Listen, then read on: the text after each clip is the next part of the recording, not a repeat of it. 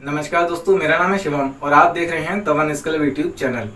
So friends, मान के चलिए कि आपने बजाज फाइनेंस पे ईएमआई कार्ड के थ्रू किसी प्रोडक्ट को ईएमआई पे परचेज किया है और उसकी 3 ईएमआई या फिर 6 ईएमआई के द्वारा आपको रीपेमेंट करना है। आप शुरू से लेके एंड तक उसके सारे रीपेमेंट को टाइमली करते आए हैं और अब उसकी एक लास्ट ईएमआई आपकी रह गई है। इस दौरान आपने उसका एडवांस में ही पेमेंट किया है, मतलब जो ईएमआई होती है उसको एडवांस में ही पे कर सकते हैं। एक तो आपने उस तरह से ही पेमेंट कर दिया, दूसरा आपने किसी ईएमआई को ऐसे ही पेमेंट कर दिया कि जो उसकी ईएमआई है, जिस दिन उसकी ईएमआई कटनी थी वो ऑटोमेटिकली आपके बैंक अकाउंट से ऑटोमेटिक डिडक्शन हो गया। अब होता यह है कि आपकी जो लास्ट ईएमआई बची है, लास्ट ईएमआई पे आप ये सोचते हैं कि मेरे को किसी भी रीजन से बाउंस चार्जेस का सामना ना करना पड़े और उसके लिए आप अपनी ईएमआई को एडवांस में ऑलरेडी पे कर देते हैं। लेकिन प्रॉब्लम जब आती है जब आपकी वो ईएमआई आपने जिसको ऑलरेडी एडवांस में पे कर दिया, जो कि आपकी लास्ट ईएमआई थी, और वो आपके जो बैंक अकाउंट है उससे भी ऑटोमेटिकली डिडक्शन हो जाता है। ऐसे में प्रॉब्लम ये आती है कि आपकी ईएमआई थी एक, लेकिन आपने उस एक ईएमआई के अगेंस्ट में 2 बारी पेमेंट कर दिया। पहला पेमेंट हुआ जो आपने एडवांस में किया था और दूसरा पेमेंट जो आपके बैंक अकाउंट से ऑटोमेटिकली डिडक्शन हो गया। अब ऐसे में होता यह है कि जो आपका लोन अकाउंट है उसमें आपके एक ईएमआई का जो पेमेंट है वो एक्स्ट्रा पहुंच गया है। अब आप उसको किस तरह से रिफंड करेंगे, उसके बारे में आज के इस वीडियो में हम आपको बताने वाले हैं कि किस तरह से आपका जो एक्स्ट्रा अमाउंट आपके ईएमआई वाले जो लोन अकाउंट है उसमें पहुंच गया है उसको वो कैसे रिफंड होगा, कब रिफंड होगा, और इसका आपको एक कॉल रिकॉर्डिंग के थ्रू एक प्रूफ भी देने वाले हैं, जो कि हमारी बजाज फाइनेंस की टीम के साथ बात हुई थी। तो आइए वीडियो को शुरू करते हैं।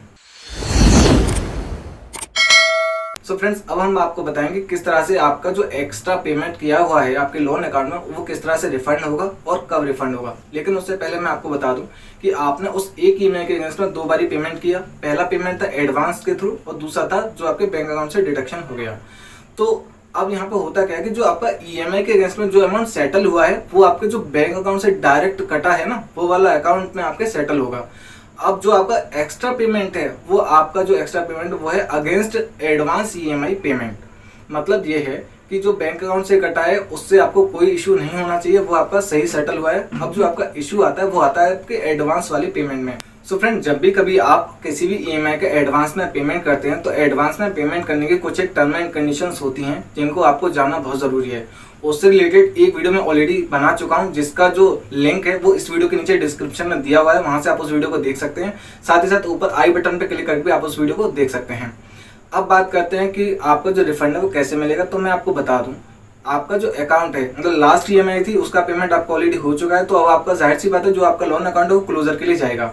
जब वो आपका अकाउंट क्लोजर के लिए जाएगा और उसमें दिखेगा कि आपका कुछ अमाउंट ऑलरेडी एक्स्ट्रा में आ रहा है, तो बजाज फाइनेंस की टीम ये करेगी कि आपका जो भी रजिस्टर्ड बैंक अकाउंट था, जो जिसमें कि आपका ई मैंडेट रजिस्ट्रेशन था, जिसके थ्रू आपकी ईएमआई डिडक्शन हो रही थी, आपका जो भी एक्स्ट्रा अमाउंट उनके लोन अकाउंट में दिख रहा है वो उसको ऑटोमेटिकली उसमें रिफंड कर देंगे। सो फ्रेंड्स, अब बात करते हैं कि हमारे रिफंड होने में टाइम कितना लगेगा। लेकिन उससे पहले अभी मैं आपको सुनाने वाला हूँ वो कॉल रिकॉर्डिंग जिसमें कि मैंने कस्टमर केयर से इस रिफंड के रिगार्डिंग में बात की थी। तो आइए पहले उसको सुनते हैं और फिर हम बताते हैं कि टाइम ड्यूरेशन क्या रहती है आपके रिफंड की। जी, और मैं उसको एडवांस में पे कर देता हूँ, ठीक है, और वो फिर मेरे बैंक अकाउंट से भी कट जाती है। तो मेरा जो एक ईएमआई का अमाउंट है वो तो एडवांस में चला गया आपके लोन अकाउंट में, ठीक है, तो वो रिफंड हो जाएगा। नहीं होगा? लास्ट ईएमआई का क्या रहता है ना सर, होगा ना सर। तो रिफंड किस में होगा? मेरे बैंक अकाउंट में होगा या आपके वॉलेट में होगा? बैंक अकाउंट में आएगा वो, जो रजिस्टर्ड बैंक अकाउंट जिसमें से ईएमआई कटेगी उसी में आएगा ना? जी उसी में आएगा।